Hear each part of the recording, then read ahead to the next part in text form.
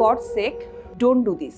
ইউনিসেফের বাংলাদেশ প্রতিনিধি রানা ফ্লাওয়ার্স অন্তর্বর্তী সরকারের স্বাস্থ্য উপদেষ্টা নূরজাহান বেগমকে এভাবেই অনুরোধ করেছিলেন যখন অন্তর্বর্তী সরকার ইউনিসেফের মাধ্যমে টিকা কেনা বন্ধ করার সিদ্ধান্ত নিয়েছিল, যার পরিণাম হয় ভয়াবহ।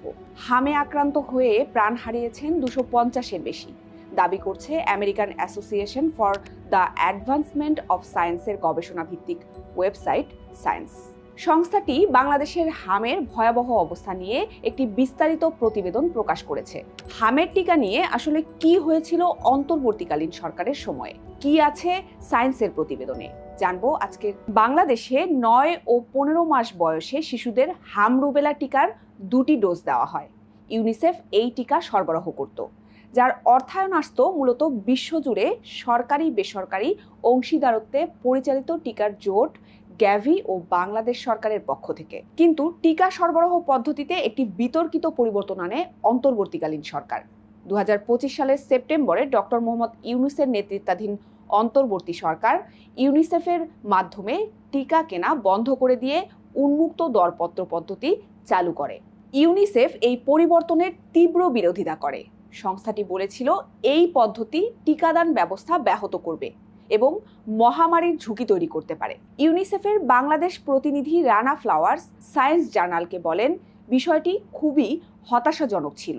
অন্তর্বর্তী সরকারের স্বাস্থ্য উপদেষ্টা নূরজাহান বেগমকে তিনি অনুরোধ করে বলেছিলেন, for gods sec don't do this, কিন্তু সেই অনুরোধ শোনা হয়নি। দরপত্রের মাধ্যমে টিকা কেনার প্রক্রিয়া আমলাতান্ত্রিক জটিলতায় আটকে যায়, ফলে টিকার মজুদ ফুরিয়ে যায় এবং বন্ধ হয়ে যায় নিয়মিত টিকাদান। সরকারি তথ্য অনুযায়ী 2025 সালে মাত্র 59% শিশু হামের টিকা পেয়েছিল। চলতি বছরের জানুয়ারিতে মিয়ানমার সীমান্ত সংলগ্ন রোহিঙ্গা ক্যাম্পে হামের প্রাদুর্ভাব শুরু হয়। তা খুবই দ্রুত 54টি জেলায় ছড়িয়ে পড়ে।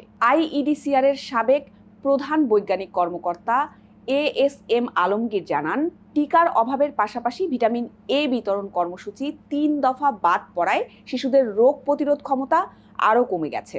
আইইডিসিআর এর উপদেষ্টা মোহাম্মদ মুস্তাক হোসেন বলেন, টিকাদান ঘাটতির বাইরেও বাংলাদেশের হামের সংকট গভীর কাঠামোগত দুর্বলতার প্রতিফলন। স্বাস্থ্য অধিদপ্তরের রোগ নিয়ন্ত্রণ বিভাগের সাবেক পরিচালক বেনজির আহমেদ বলেন, বর্তমানে হাম যে গতিতে ছড়াচ্ছে তাতে জরুরি কর্মসূচি দিয়েও এই প্রাদুর্ভাব ঠেকানো সম্ভব নাও হতে পারে। এ বিষয়ে প্রধানমন্ত্রী তারেক রহমানের স্বাস্থ্য বিষয়ক বিশেষ সহকারী জিয়াউদ্দিন হায়দার জানিয়েছেন, বর্তমান সরকার গত এপ্রিলে পুনরায় ইউনিসেফের মাধ্যমে টিকা কেনার পদ্ধতি চালু করেছে এবং 5 এপ্রিল থেকে উচ্চ ঝুঁকিপূর্ণ এলাকায় জরুরি টিকাদান কর্মসূচি শুরু হয়েছে।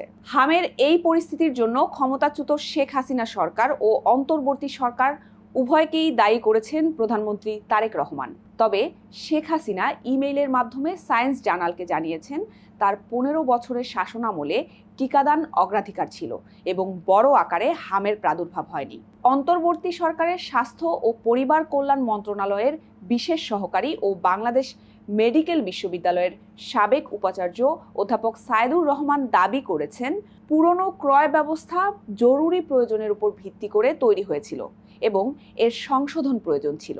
সায়েন্স জার্নালকে পাঠানো ইমেইলে তিনি লিখেছেন, অন্তর্বর্তী সরকার চেয়েছিল এটিকে ভবিষ্যতে নিয়মিত ও নিয়মতান্ত্রিক ব্যবস্থায় রূপান্তর করতে, যেন স্বচ্ছতা নিয়ে প্রশ্ন না ওঠে বা পক্ষপাতিত্বের ধারণা তৈরি না হয়।